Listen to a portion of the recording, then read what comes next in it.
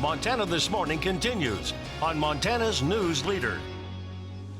The Mueller report is out, but the fight here in Congress is not. I'm Natalie Brand on Capitol Hill with details about the key findings and what lawmakers are pushing for next.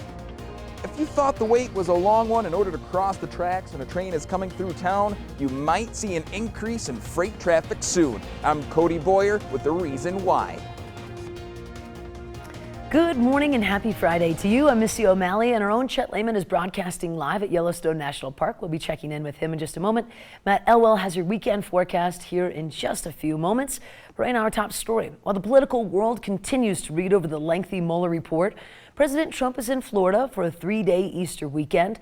Last night, he tweeted that, quote, he had the right to end the whole witch hunt, unquote. And also, he could have fired everyone. As CBS's Natalie Brand reports, he tried. This special counsel's 448-page report did not find evidence of coordination or conspiracy between Russia and the Trump campaign in 2016. The president was frustrated and angered by his sincere belief that the investigation was undermining his presidency. The report did, though, detail multiple attempts by President Trump to thwart the investigation, only to be rebuffed by his staff. One incident happened exactly 1 month into the probe, June 17, 2017. The president called former White House counsel Don McGahn twice and told him to have the special counsel fired. McGahn refused and considered resigning.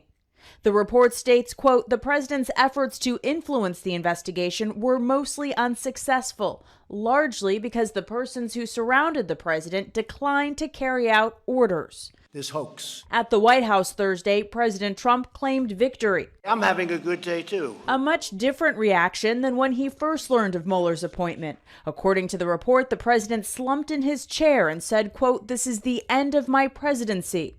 The special counsel did not make a decision on whether the president obstructed justice. It was Attorney General Barr who concluded the president had not. In a statement, Democratic leaders say the Mueller report appears to undercut that claim. The Mueller report outlines disturbing evidence that President Trump engaged in obstruction of justice. Republicans, though, insist the full report brings closure. And I think generally people are ready to move on. Mueller and Barr have been asked to testify in front of Congress in coming weeks. Natalie Brand, CBS News, Capitol Hill.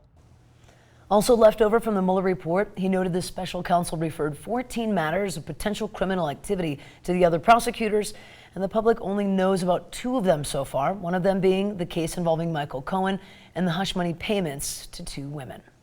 Matt joins me now. Happy Friday to you, Matt. Happy Friday to you and to everybody at home. Absolutely, and it's a full pink moon. Pink moon, right, yes. Referring to the flowers that bloom this time of year. So pretty cool stuff. We're not seeing them quite yet, but they're getting there.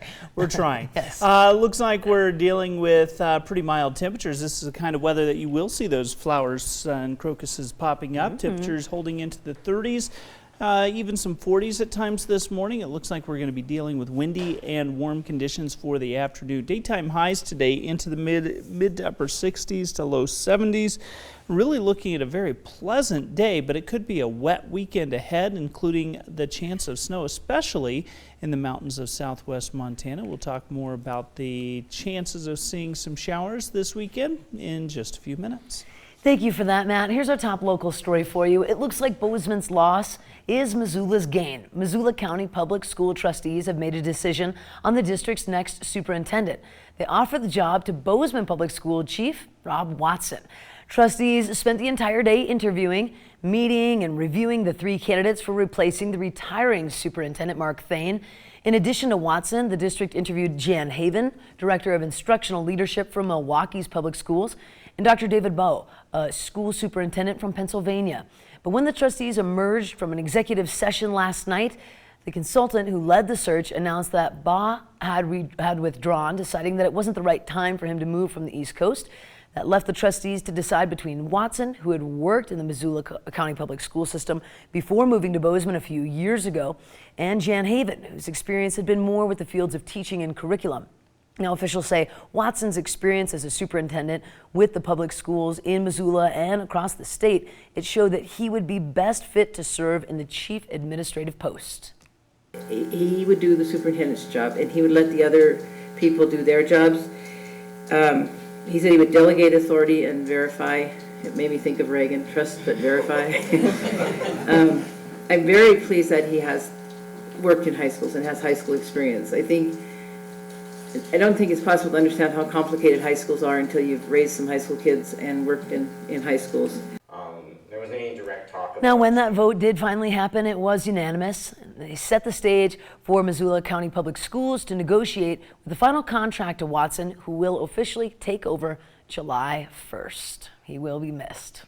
And a Bozeman man accused of shooting and killing a woman on April 4th in the Wagon Wheel Mobile Home Park has officially entered a plea of not guilty. According to court documents, 56-year-old William Bailey was arrested for deliberate homicide of 49-year-old Cynthia Wills, who was living with him at the time.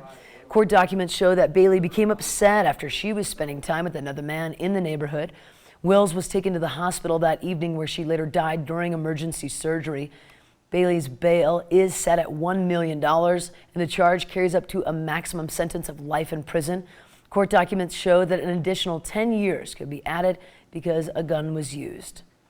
Now, a lot of people living in cities like Belgrade, Manhattan, and Clarkston say it's tough dealing with the trains that come through town. And to make things worse, sometimes those trains come to a complete stop at busy intersections. And it seems like this problem is only going to get worse. MTN's Cody Boyer explains why. We have a lot of trains. There's no question about it. And over the years, train traffic has increased. It's a sound and a sight longtime Belgrade citizens like Police Chief E.J. Clark Jr. have come to know well. He says hearing complaints is an issue dating back just as far. We have a lot of residential homes being built and things right now. There's a lot of growth. There's going to be conflicts. Many of them, he says, are calling the wrong number. Unless there's a impact with a vehicle or a pedestrian, some kind of emergency, or the train has come off the rails or something, it's not a 911 call. And we do get those. Belgrade Police Chief says this has been going on a long time, waiting to get through, while the Montana Rail Link says with the business going up and freight demand going up as well, the traffic will only increase. Every town across really our southern line was built up around the railroad. And as more people move to the western United States, as demand for products in Montana and also overseas increases, we're going to continue to see an increase in the freight rail environment. Chief Clark adds law enforcement and other first responders usually work well with MRL, yet with less patience, other safety concerns grow. They're usually pretty quick about getting there and trying to get it fixed. Because what we don't want is people trying to say, well, those crossings aren't working, I'm just going to go around them. Many try to pull U-turns when they are sitting at the pole position, which is illegal. Chief Clark says Belgrade has done what it could to help by adding an overpass over Airway Boulevard, while patrols keep a close eye out for trouble. We have guys on patrol, so the officers are out and about, so there's a likelihood we'll have somebody on that side anyway. But for now, he says one word is key. It's going to be patience. It's patience, people working with each other. It gets extremely frustrating for people. And we certainly understand it ourselves. Now, the Montana Rail Link says that the signs next to those tracks are meant for emergencies only, but we do have a number on our website that you can use for your voice to be heard.